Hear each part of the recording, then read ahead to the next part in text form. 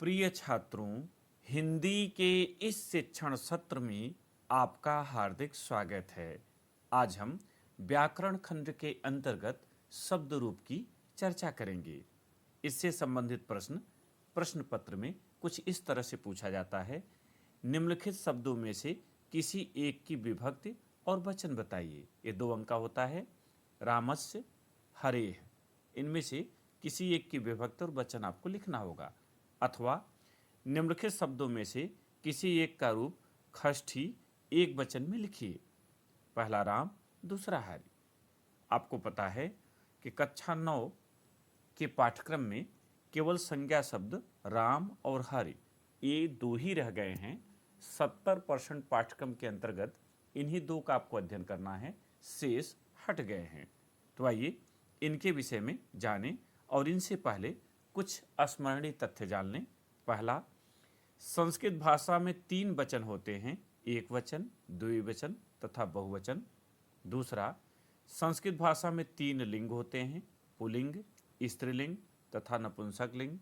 तीसरा, संस्कृत भाषा में संबोधन सहित कुल 8 विभक्तियां होती हैं।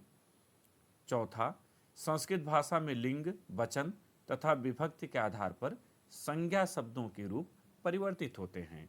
पांचवा, जिन शब्दों का अंतिम स्वर अ होता है वे अकारांत कहलाते हैं, जैसे बालक, राम आदि। छठा, जिन शब्दों का अंतिम स्वर ई होता है वे इकारांत कहलाते हैं, जैसे मति, हरि आदि।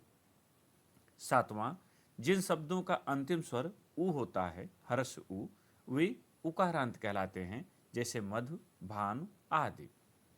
आठवां, इसी तरह रमा आकारांत है तो नदी ईकारांत।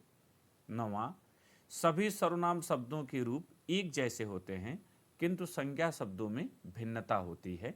संज्ञा शब्दों की कुछ विभक्तियां और वचन समान होते हैं, जैसे नपुंसक लिंग में प्रथमा और द्वितीय विभक्ति के रूप समान होते हैं, किंतु माध्यमिक कक्षाओं में ट्रिक के स्थान पर इन्हें स्मरण करना ही उचित है। आइए सबसे पहले संज्ञा शब्द राम का रूप देखें। पहले आपको विभक्ति, फिर एक वचन, फिर द्विवचन, फिर बहुवचन इस रूप में देखना है। इसी रूप में स्मरण भी करना है और परीक्षा में जो पूछा जाएगा उसे लिखना है। तो प्रथमा विभक्ति में रूप बनता है रामः, रामौ, रामाः। द्वितीय विभक्ति रामम, रामौ, रामान।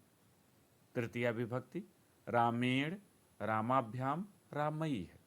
चतुर्थी रामाय, रामाभ्याम, रामेभ्यः।